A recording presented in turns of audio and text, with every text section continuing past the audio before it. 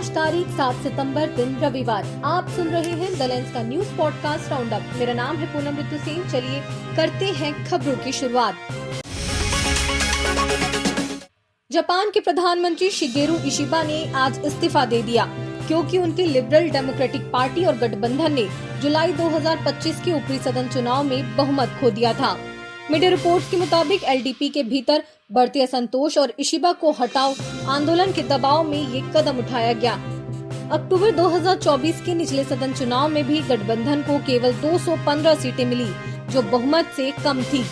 Ishiba ने हाल ही में America के साथ व्यापार समझौता कर ऑटोमोबाइल टैरिफ 25% से घटाकर 15% किया, जिसे टोयोटा और होंडा जैसी कंपनियों को राहत मिली। हालांकि बढ़ती महंगाई और अमेरिकी टैरिफ को लेकर जनता की नाराजगी ने उनकी स्थिति को कमजोर कर दिया है। इस फैसले के बाद अब एलडीपी में नई लीडरशिप की दौड़ शुरू होगी। भारत में बाढ़ और बारिश का कहर जारी है। उत्तर भारत में मानसून की भारी बारिश ने हिमाचल प्रदेश, पंजाब, उत्तराखंड और उत्तर प्रदेश में भारी तबाही मचाई है। हिमाचल में 7 अगस्त तक 366 लोगों की मौत हो चुकी है और 4 लाख करोड़ की संपत्ति का नुकसान हुआ है, जिसमें शिमला और कुल्लू में सामान्य से 2 गुनी बारिश दर्ज की गई। इधर पंजाब के सभी 23 जिले बाढ़ से प्रभावित हैं, जहां अब तक 46 लोगों की जान गई और 1.74 लाख हेक्टेयर फसल बर्बाद हुई। जबकि लुधियाना का ससराली बांध टूटने के खतरे में है। आज फिर उत्तराखंड के उत्तरकाशी में नौगांव में बादल फटने से घर और गाड़ियां बह गईं और उत्तर प्रदेश के मथुरा में यमुना नदी 55 सेंटीमीटर के ऊपर बह रही है, जिससे 20 से अधिक कॉलोनियां डूब गई। ऐसे हालात के बीच पीएम मोदी 9 सितंबर को पंजाब का दौरा करेंगे। जम्मू कश्मीर के श्रीनगर में हजरतबल दरगाह में 3 सितंबर को अशोक स्तंभ वाली शिलापट तोड़े जाने के बाद विवाद गहरा गया है। पुलिस ने सीसीटीवी फुटेज के आधार पर 26 लोगों को आज हिरासत में लिया है। पीडीपी नेता इल्तिजा मुफ्ती ने इसे मुस्लिम समुदाय को उकसाने की साजिश बताया, जबकि सीएम उमर अब्दुल्ला ने धार्मिक स्थल पर राष्ट्रीय प्रतीक के इस्तेमाल पर सवाल उठाया। वक्फ बोर्ड अध्यक्ष दक्षा अंद्राबी ने इसे संविधान पर हमला करार देते हुए कड़ी कार्रवाई की मांग की है। अगले दिन अनंतनाग की खीरम दरगाह में उद्घाटन शिलापट पर केवल वक्फ बोर्ड का लोगो था, जिसे हजरतबल में जानबूझकर अशोक स्तंभ लगाने का संदेह बढ़ गया है। यूक्रेन की राजधानी कीव पर 6 सितंबर की रात रूस ने अब तक का सबसे बड़ा हवाई हमला किया, जिसमें 805 ड्रोन और 13 मिसाइलों से हमले में 4 लोगों की मौत हो गई और दर्जनों घायल हुए। कीव के मंत्रिमंडल भवन को भारी नुकसान पहुंचा। यूक्रेन ने जवाब में रूस की द्रुज़बा तेल पाइपलाइन पर हमला किया। फ्रांस और ब्रिटेन के नेतृत्व में 24 देशों के शांति प्रयासों के बावजूद रूसी राष्ट्रपति पुतिन ने पश्चिमी सैनिकों को वैध लक्ष्य मानने की चेतावनी दी है। इधर अमेरिकी राष्ट्रपति ट्रंप की शांति वार्ता भी अब तक नाकाम रही है।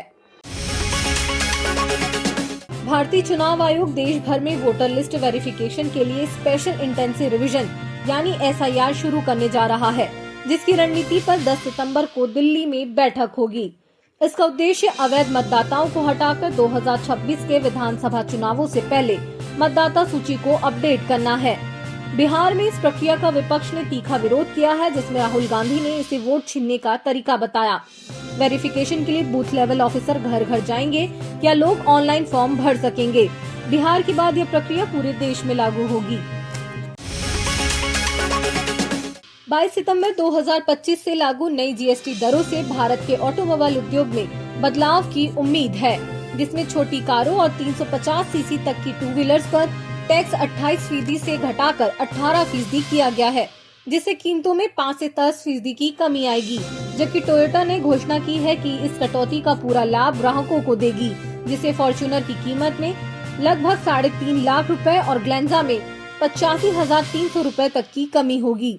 हालांकि 350 सीसी से ऊपर की 2 व्हीलर्स और बड़ी कारों पर 40% का टैक्स लगेगा, जबकि इलेक्ट्रिक वाहनों पर 5% जीएसटी बरकरार रहेगा। ये बदलाव त्योहारी सीजन में खरीदी के लिहाज से और बेहतर होने की उम्मीद है। पूर्व भारतीय क्रिकेट कैप्टन महेंद्र सिंह धोनी और अभिनेता आर माधवन वासन बाला के निर्देशन में बनी आगामी प्रोजेक्ट द चेज में एक साथ नजर आएंगे, जिसका टीजर आज रिलीज हुआ। टीजर में दोनों ब्लैक आउटफिट और सनग्लासेस में गन के साथ एक्शन अवतार में दिखे। फिलहाल ये बात स्पष्ट नहीं है कि यह फिल्म है ये वेब सीरीज, लेकिन टीजर ने फैंस में उत्साह जगा दिया है।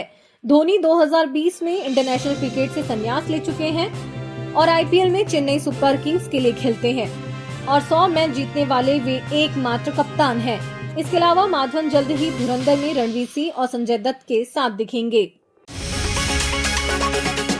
इधर छत्तीसगढ़ के जगदलपुर में सर्किट हाउस में राज्य के वन और जलवायु परिवर्तन मंत्री केदार कश्यप पर चतुर्थ श्रेणी कर्मचारी खितेंद्र पांडे ने मारपीट और गाली गलौज का गंभीर आरोप लगाया है, जिसके बाद पुलिस में शिकायत दर्ज की गई है।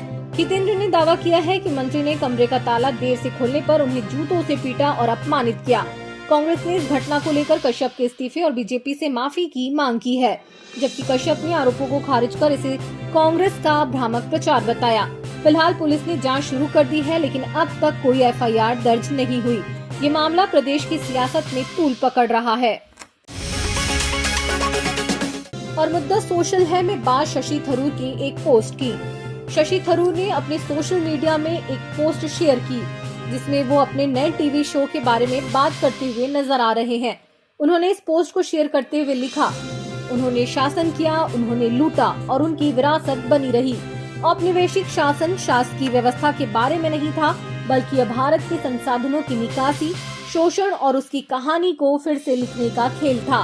मेरी नई टीवी सीरीज इंपीरियल रिसिप्ट्स देखें और उस कहानी को जानें जिसे साम्राज्य छिपाना चाहता था। अब खबर जरा हटके में बात आज सोशल मीडिया बैन करने से जुड़ी।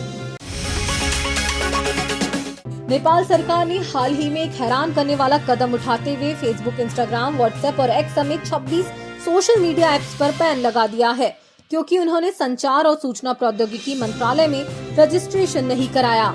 इससे पहले चीन ने 2009 में हांगकांग विरोध प्रदर्शनों की सामग्री रोकने के लिए इंस्टाग्राम बैन किया था, जबकि उत्तर कोरिया में आम जनता के लिए सभी सोशल मीडिया प्रतिबंधित है।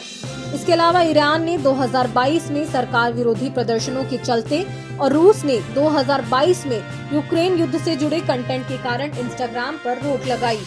तुर्की ने भी अगस्त 2024 में नियमों के उल्लंघन के लिए इंस्टाग्राम पर अस्थायी बैन लगाया था। ये प्रतिबंध अक्सर राष्ट्रीय सुरक्षा और स्थानीय कानूनों के नाम पर लगाए जाते हैं, जिससे नागरिकों को स्थानीय प्लेटफॉर्म्स या वीपीएन का सहारा लेना पड़ता है। आज के लिए बस इतना ही। कल फिर मिलते हैं नई खबरों के साथ। खबरों को विस्तार से पढ़ने के लिए विजिट करिए वेबसाइट thelens.in। यूट्यूब के अलावा हमारे पेज को फेसबुक, इंस्टाग्राम और एक्स पर भी फॉलो करें। शुक्रिया।